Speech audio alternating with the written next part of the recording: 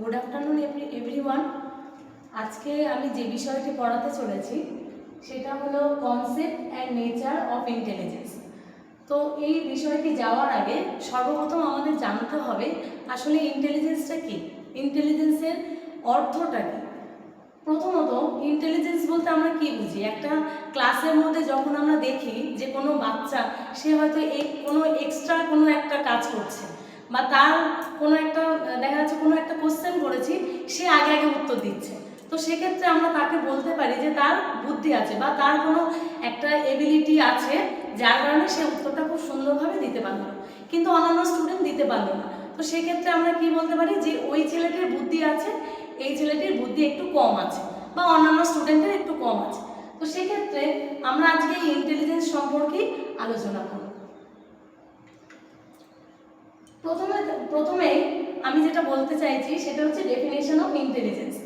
Intelligence is a broad mental capability involving the ability to learn from experience.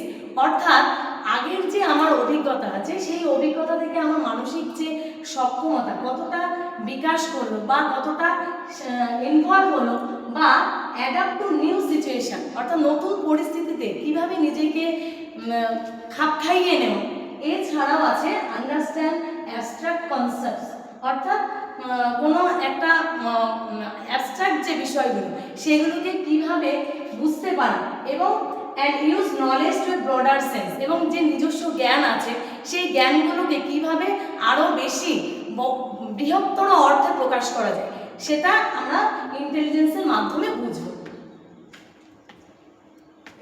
পরের point, different types of definition. তাহলে intelligence বলতে আমরা শুধুমাত্র একটা ডেফিনেশনের উপর ভিত্তি করে আমরা কখনো বলতে পারি না, তার বিভিন্ন ডেফিনেশন আছে।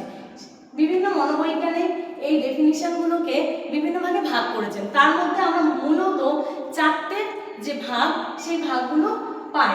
তার মধ্যে প্রথমত আছে বায়োলজিক্যাল ডেফিনেশন, দ্বিতীয় আছে এডুকেশনাল ডেফিনেশন, তৃতীয়ত ফ্যাকাল্টি ডেফিনেশন এবং চতুর্থত এম্পায়ারিক্যাল ডেফিনেশন।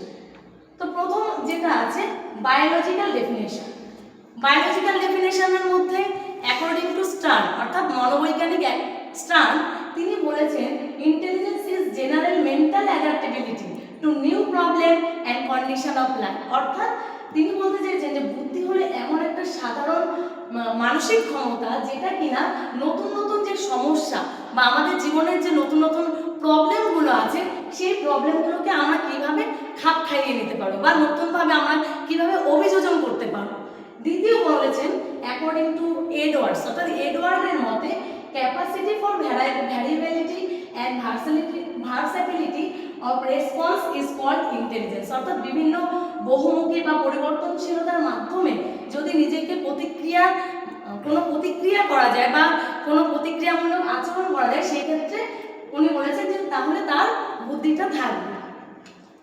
এবার এডুকেশনাল ডেফিনেশন অর্থাৎ শিক্ষামূলক দিক থেকে কি ডেফিনেশন পাওয়া যাচ্ছে, তার মধ্যে অ্যাকর্ডিং টু বাকিংহাম যিনি বলেছেন intelligence is the ability to learn. অর্থাৎ বুদ্ধি হলো এমন একটা জিনিস যেটা কিন্তু আমাদের শিখতে হবে, শিক্ষায় হচ্ছে আমাদের বুদ্ধি। অর্থাৎ কোনো কোনো ক্ষেত্রে দেখা যাচ্ছে আমাদের অভিজ্ঞতা যে আগের অভিজ্ঞতা সেটার মাধ্যমে আমরা করছি তা কিন্তু নয়, আমাদের অভিজ্ঞতা কিন্তু সেটা শিখতে হবে। অভিজ্ঞতা আছে কিন্তু আরও আমাদেরকে শিখতে হবে, তার মধ্যে আমরা আমাদের বুদ্ধিকে খুঁজে পাই। এবার অ্যাকর্ডিং টু ডিয়ারমন ওনার মতে intelligence is the capacity to learn or profit by experience.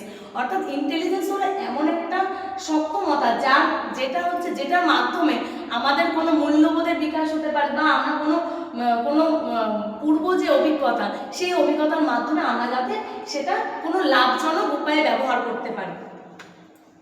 Faculty definition যেটা অ্যাকর্ডিং টু টার্ম্যান যিনি বলেছেন intelligence is the ability to carry on abstract thinking. অর্থাৎ যেটা আমাদের সামনে নেই কিন্তু আমরা সেটা চিন্তা ভাবনা করছি, এটা টার্ম্যান বলতে চেয়েছেন যে যেটা আমাদের সামনে নেই কিন্তু আমরা ওটা ভাবছি বা ওটা সম্পর্কে আমরা আলোচনা করছি, সেটা যদি কেউ বলতে পারে বা করতে পারে তাকে আমরা বুদ্ধির আওতায় রাখি।